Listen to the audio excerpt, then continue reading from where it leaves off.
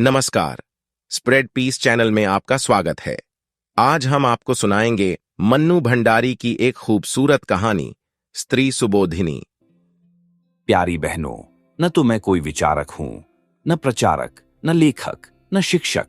मैं तो एक बड़ी मामूली सी नौकरी पेशा घरेलू औरत हूं जो अपनी उम्र के 42 साल पार कर चुकी है। लेकिन उस उम्र तक आते आते जिन स्थितियों से मैं गुजरी हूं, जैसा अहम अनुभव मैंने पाया, चाहती हूं बिना किसी लाग लपेट के उसे आपके सामने रखूं और आपको बहुत सारे खतरों से आगाह कर दूं। अब सीधी बात सुनिए, सीधी और सच्ची। मेरा अपने बॉस से प्रेम हो गया। वाह, आपके चेहरों पर तो चमक आ गई। आप भी क्या करें, प्रेम कमबख्त है ही ऐसी चीज, चाहे कितनी ही पुरानी और घिसी पिटी क्यों न हो जाए, एक बार तो दिल फड़क ही उठता है, चेहरे चमचमाने ही लगते हैं। खैर, तो यह कोई अनहोनी बात नहीं थी। डॉक्टरों का नर्सों से, प्रोफेसरों का अपनी छात्राओं से, अफसरों का अपनी स्टेनो सेक्रेटरी से प्रेम हो जाने का हमारे यहां आम रिवाज है। यह बात बिल्कुल अलग है कि उनकी ओर से इसमें प्रेम कम और शगल ज्यादा रहता है। शिंदे नए नए तबादला होकर हमारे विभाग में आए थे, बेहद खुशमिजाज और खूबसूरत, आंखों में ऐसी गहराई कि जिसे देख लें वह गोते ही लगाता रह जाए। बड़ा शायराना अंदाज था उनका और जल्दी ही मालूम पड़ गया कि वे कविताएं भी लिखते हैं। पत्र पत्रिकाओं में वे धड़ाधड़ छपती भी रहती हैं और इस क्षेत्र में उनका अच्छा खासा नाम है। आयकर विभाग की अफसरी और कविताएं है न कुछ बेमेल सी बात, पर यह उनके जीवन की हकीकत थी। मैं स्थितियों और उम्र के उस दौर से गुजर रही थी जब लड़कियों में प्रेम के लिए विशेष प्रकार का लपलप भाव रहता है। बूढ़ी मां तीनों छोटे भाई बहनों को लेकर गांव में रहती थी और मैं इस महानगरी में कामकाजी महिलाओं के एक हॉस्टल में। न घर का कोई अंकुश था और न इस बात की संभावना कि कहीं मेरा ठौर ठिकाना लगा देंगे। आखिर मैंने अपनी नाक और आंखों को कुछ अधिक सजग और तेज कर लिया। बस ऐसा करते ही मुझे हर नौजवान की नजरों में अपने लिए विशेष संकेत दिखने लगे और उनकी बातों में विशेष अर्थ और आमंत्रण की गंध आने लगी। तभी भिड़ गया शिंदे। उसके तो संकेत भी बहुत साफ थे, निमंत्रण भी बहुत खुला। लगा किस्मत ने 56 पकवानों से भरी थाली मुंह भुक्खड़ के आगे परोस कर रख दी है। सो मैंने न उसका आगा पीछा जानने की कोशिश की और न अपना आगा पीछा सोचने की। बस आंख मूती और प्रेम की डगर पर चल पड़ी। हर प्रेम की शुरुआत करीब करीब एक सी होती है। प्रेमियों को वे सारी बातें चाहे जितनी रोमांचकारी और गुदगुदाने वाली लगें, देखने सुनने वालों को बड़ी उबाऊ और सपाट लगने लगती हैं। शामें हमारी किसी रेस्तरां के नीम अंधेरे कोने में बीतती तो कभी बाग के झुरमुट के बीच, कभी हम आपस में उंगलियां उलझाए रहते तो कभी वह मेरी लटों से खिलवाड़ करता रहता। एक बार उसने कविता में मेरे बालों की उपमा बदली से दे दी। बस फिर क्या था, मैं जब तब गोदी में रखे उसके सिर पर झुककर बदली छितरा देती और वह उचक कर, यह क्या, आपकी आंखों में तो अविश्वास उभर आया। मैं समझ गई, एक सीनियर अधिकारी और ऐसी छिछोरी फिल्मी हरकतें। पर सच मानिए, अब भी मैं दावे के साथ कह सकती हूं कि यहां के हर पुरुष के भीतर एक ऐसा ही फिल्मी हीरो आसन मारे बैठा रहता है और जब तक वह पूरी तरह तृप्त न हो जाए, मरता नहीं। उम्र के किसी भी दौर पर, उस समय चाहे वह 6 बच्चों का बाप ही क्यों न हो, जरा सा मौका मिलते ही भड़भड़ा कर जाग उठता है और पूरी तरह अपनी गिरफ्त में जकड़ लेता है। फिर तो बड़ी बड़ी तोपें तक ऐसी बचकाना और बेवकूफाना हरकतें करती हैं कि बस तौबा। न कोई शर्म, न उम्र का लिहाज। आजकल की लड़कियों ने उस राज को अच्छी तरह समझ लिया है, पर मैं तो उन बहनों को सावधान करना चाहती हूं जो शादी के पहले ही से उस हीरो के चंगुल में आकर अपने को चौपट कर लेती है। हां, तो मैं पूरी तरह शिंदेमयी हो गई, पर तभी एक भयंकर झटका लगा। बल्कि कहूं कि जो लगा उसके लिए झटका शब्द हल्का ही है। मालूम पड़ा कि शिंदे की एक अदद बीवी है जो पहली बार पुत्रवती बनकर 5 महीने बाद अपने मैके से लौटी है। यानी एक अदद बीवी और एक अदद बच्चा। मुझे तो सारी दुनिया ही लड़खड़ाती नजर आने लगी। लगा मैं बहुत बड़ा धोखा खा गई हूं। मेरे भीतर गुस्सा बुरी तरह बलबलाने लगा। बीवी बच्चे के रहते मेरी ओर प्रेम का हाथ बढ़ाने का मतलब। मैंने जब भी उससे घर और घर वालों के बारे में पूछा, वह 3-4 शेर दोहरा दिया करता था, जिनका शाब्दिक अर्थ होता था, मेरा न कोई घर है, न दर, न कोई अपना न पराया। इस जमीन और आसमान के बीच मैं अकेला हूं, बिल्कुल अकेला। पर मेरे लिए इन शेरों का सीधा साधा अर्थ था हरी झंडी, लाइन क्लियर। सो मैं सपाटे से चल पड़ी, बल्कि चलने में थोड़ा फुर्ती भी की। आप तो जानती ही होंगी कि इस उम्र तक शादी न होने पर लड़कियों में एक खास तरह की हड़बड़ाहट आ जाती है। चाहती हैं जैसे भी हो जल्दी से जल्दी प्रेमी को पूरी तरह कब्जे में करके पति बनाकर अपनी टेंट में खोस लें। मैं भी इसी नेक इरादे से लपक रही थी कि बीच में ही औंधे मुंह गिरी। पर गिरने नहीं दिया शिंदे ने, हाथों हाथ झेल लिया। उसने बिना किसी बात को मौका दिए मुझे बाहों में भर लिया और धुआंधार रोने लगा। पिता के दबाव में आकर की हुई शादी मेरे जीवन की सबसे बड़ी ट्रेजेडी बन गई। बीवी के रहते भी मैं कितना अकेला हूं, दो अजनबियों की तरह एक छत के नीचे रहने की यातना। ऐसी ऐसी बातों के न जाने कितने टुकड़े आंसुओं से भीग भीग कर टपक रहे थे। मेरा विवेक मुझसे संकल्प करवा रहा था कि लौट जाओ, इस दिशा में अब एक कदम भी मत बढ़ो।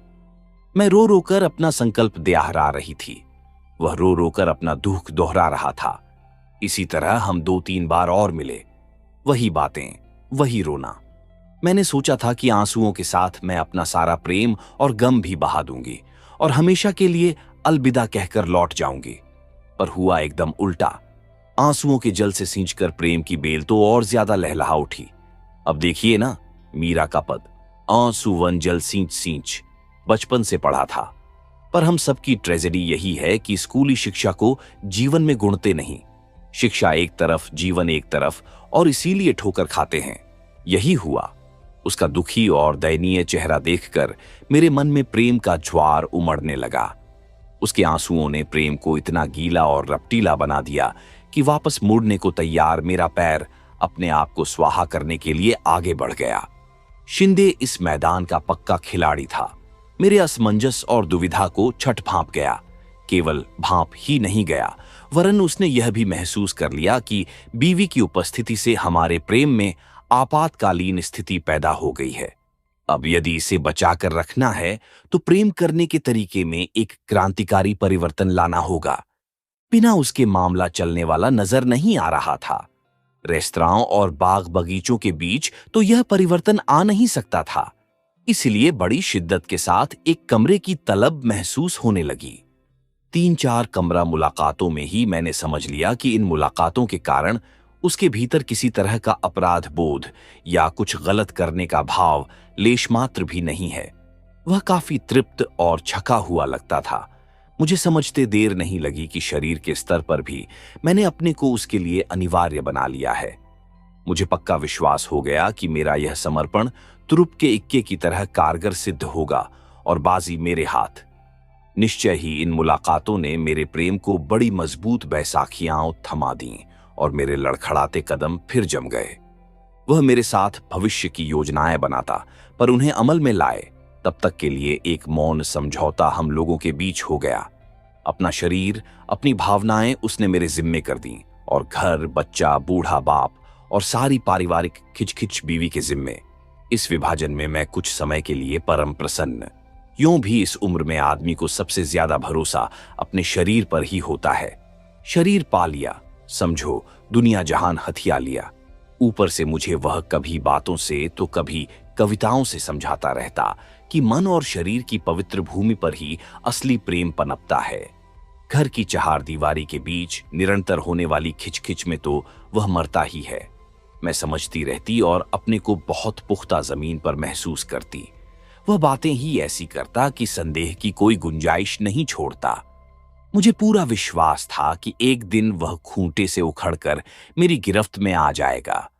बीवी की याद और बात से ही शिंदे अपना चेहरा एकदम मायूस बना लेता और बिना कहे ही मेरे दिमाग में यह बिठाने की कोशिश करता कि बीवी बनते ही औरत बहुत उबाऊ और त्रासदायक बन जाती है, कि रिश्तों में बंधते ही प्रेम नीरस और बेजान हो जाता है, कि सच्चे प्रेमियों को तो हमेशा मुक्त ही रहना चाहिए। बीवी बनने की ललक जब तब मेरे भीरत जोर मारती थी। सच बात है, मुझे तो घर भी चाहिए था, पति भी और बच्चे भी। पर उसे तो जैसे बीवी नाम से ही चिढ़ हो गई थी।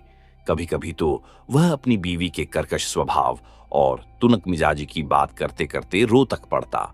तब मैं लपक कर उसे बाहों में भरती, अपने होठों से उसके आंसू पोंछती और उसे हौसला बंधाती कि जल्दी ही हम कुछ ऐसा करेंगे कि वह इस दुख से मुक्त हो, कि मैं उसे एक सही सुखद जिंदगी दूंगी। यह आश्वासन उसके लिए कम, मेरे अपने लिए ज्यादा होता था। दिन सरकते जा रहे थे और अपने प्रेम करने के तरीके में क्रांतिकारी परिवर्तन लाने के बावजूद स्थिति जहां की तहां थी। यानी कि मैं अपने हॉस्टल के कमरे में बंद, शिंदे अपनी बीवी की मुट्ठी में। आज सोचती हूं तो अपने पर ही सौ सौ धिक्कार के साथ आश्चर्य भी होता है कि कैसे मेरी बुद्धि पर ऐसा मोटा पर्दा पड़ गया था कि यह भी नहीं सोच सकी कि उसकी बीवी भी आखिर मेरी तरह ही एक स्त्री है, अपने पति के छलावे और मक्कारी की शिकार। पर नहीं, यह तो तब समझ में आया जब उसकी मक्कारी ने मुझे भी तबाही के कगार पर लापटका। तभी तो मैंने सोचा कि क्यों न मैं जब तब वहां उपस्थित होकर उसके त्रास को इतना बढ़ा दूं कि वह खुद ही इस अपमानजनक स्थिति को नकार कर अलग हो जाए। रकीब को सामने देखकर अच्छों अच्छों के हौसले पस्त हो जाते हैं, फिर अपमान और अपेक्षा की आग में झुलसी इस औरत का हौसला ही क्या होगा। और यही सोचकर आखिर मैं एक दिन शिंदे के घर जा धमकी। एक सुहागिन औरत की सारी नियामतों, यानी कि बूढ़े ससुर के वरदहस्त की छत्रा छाया और बच्चे के पौतड़ों के वंदनवार के बीच दूधों नहाई पूतों फली भाव से वह कुर्सी पर विराजमान थी। मुझे देखकर उसके चेहरे पर किसी तरह का कोई विकार नहीं आया। विकार तो मुझे देखकर शिंदे के चेहरे पर आया, जिसे उसने थोड़ी सी कोशिश करके अफसरी नकाब के नीचे ढक लिया।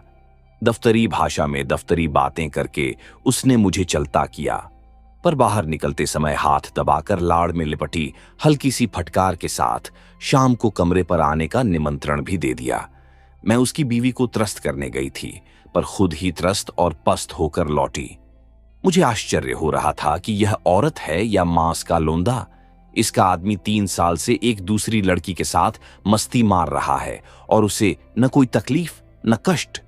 मैं इसकी जगह होऊं तो शायद एक दिन भी इस तरह की अपमानजनक स्थिति को बर्दाश्त न करूं। इसके शरीर पर चमड़ी लिपटी है या गैंडे की खाल, ये तो मुझे बहुत बाद में अपने अनुभव ने सिखाया कि अधिकतर शादीशुदा औरतें ऐसी होती हैं जिन्हें अपने घर की दीवारों से बेशुमार लगाव होता है।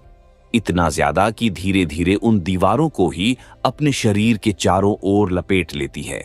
फिर मान अपमान के सारे हमले उनसे टकराकर बाहर ही ढेर हो जाते हैं और वे उनसे बेअसर सती साध्वी सी भीतर सुरक्षित बैठी रहती हैं। शाम को शिंदे मुझ पर एकदम बरस पड़ा कि मैंने उसके घर आने की मूर्खता क्यों की।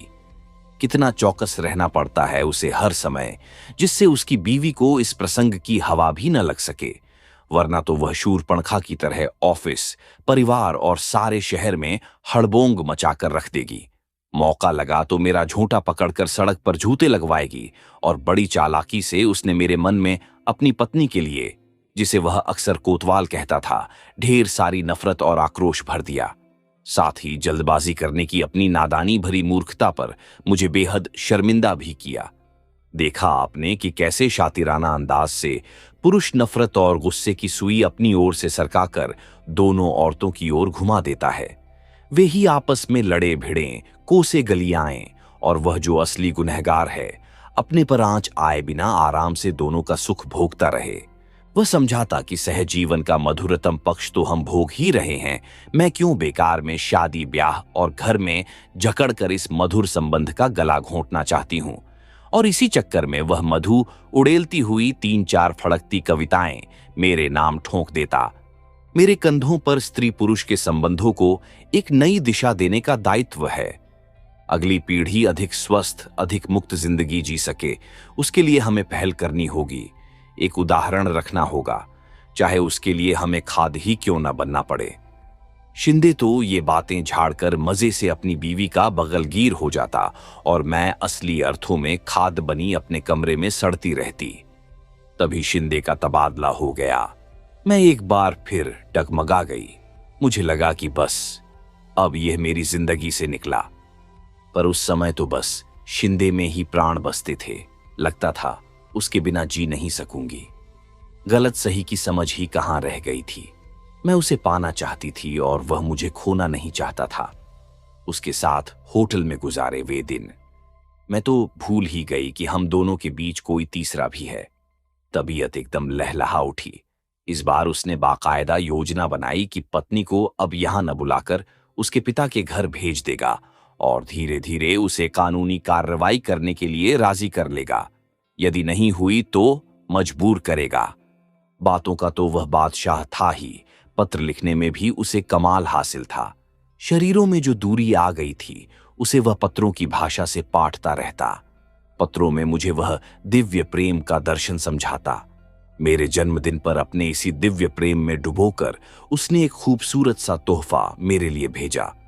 कभी वह चांदनी रात के गीत लिखकर भेजता तो कभी साथ बिताए मधुर क्षणों की याद को ताजा करने वाली कविताएं। उसने आंखों में सचमुच के आंसू भरकर कहा कि मैं ही शिंदे की प्राण हूं, शिंदे की प्रेरणा हूं। घर परिवार के अतिरिक्त शिंदे का जो कुछ भी है, और वही तो असली शिंदे है, वह उसने मुझे पूरी तरह सौंप रखा है। और तुरंत उसने अपनी बात का प्रमाण पेश कर दिया। मुझे समर्पित किया हुआ अपना नया कविता संग्रह। हाथ से लिखा हुआ था, प्राण को। उसकी प्रेरणा और प्राण बनने का हश्र यह हुआ कि वह तो दिन दूना रात चौगुना फलता फूलता रहा। धन, यश, सफलता, मान सम्मान सभी का मालिक, और मैं भीतर ही भीतर झुलसकर काठ का कुंदा हो गई। सब ओर से मरी, मुरझाई, टूटी और पस्त। मैं समझ गई कि मैं बुरी तरह ठगी गई हूं। धीरे धीरे उम्र की बढ़ोत्तरी और ऑफिस और दुनियादारी की निरंतर बढ़ती जिम्मेदारियों के बीच शिंदे की रोमानी जरूरत घटती चली गई। परिणाम यह हुआ कि हमारे बीच चलने वाले पत्रों की संख्या कम और मजमून मौसम के सर्द गर्म होने पर आकर टिक गया। 8 साल तक चलने वाला प्रेम प्रसंग महज एक खिलवाड़ था, जिसकी बाजी बड़ी होशियारी से शिंदे ने बांटी। भ्रमजाल के कटते ही नजर साफ हुई तो बाजी में बंटे हुए पत्तों का यह नशा रह रहकर मेरी आंखों में उभरने लगा। तुरुप का इक्का यानी घर उसके पास, तुरुप का बादशाह यानी बच्चा उसके पास, तुरुप की बेगम यानी बीवी और प्रेम करने के लिए प्रेमिका उसके पास, तुरुप का गुलाम यानी नौकर चाकर गाड़ी बंगला उसके पास। लब्बो लुआब यह कि तुरुप के सारे पत्ते उसके पास और मुझे मिले उसके दिए हुए छक्के पंचे यानी टोटके की तरह पुड़िया में बंधे, दार्शनिक लफ्फाजी में लिपटे हवाई प्यार के चंद जुमले। इन टटपूंजियां पत्तों के सहारे मैं ज्यादा से ज्यादा इतना ही कर सकती थी कि जिंदगी भर उसकी पूंछ पकड़े रहती और उसे ही अपनी उपलब्धि समझ समझ कर संतोष करती। मन बहुत घबराता तो उसी पूंछ से हवा करके उसके साथ बिताए मधुर क्षणों पर जमी समय की धूल उड़ाकर कुछ समय के लिए अपना खालीपन भर लेती। निहायत हवाई बातें पल्ले से बांधे बांधे मैंने अपनी जिंदगी को बर्बादी के कगार पर लापटका था। अब चाहती हूं ठेठ दुनियादारी की बातें अपनी हजार हजार मासूम किशोरी बहनों के पल्ले से बांध दूं, जिससे वह मेरी तरह भटकने से बच जाएं। इस देश में प्रेम के बीच मन और शरीर की पवित्र भूमि में नहीं, ठेठ घर परिवार की उपजाऊ भूमि से ही फलते फूलते हैं। भूलकर भी शादीशुदा आदमी के प्रेम में मत पड़िए। दिव्य और महान प्रेम की खातिर बीवी बच्चों को दांव पर लगाने वाले प्रेम वीरों की यहां पैदावार ही नहीं होती। 2 नावों पर पैर रखकर चलने वाले शूरवीर जरूर सरेआम मिल जाएंगे। हां, शादीशुदा औरतें चाहें तो भले ही शादीशुदा आदमी से प्रेम कर लें। जब तक चाहा प्रेम किया, मन भर गया तो लौटकर अपने खूंटे पर। न कोई डर न घोटाला, जब प्रेम में लगा हो शादी का ताला। आप सुन रहे थे मन्नू भंडारी की रोचक कहानी स्त्री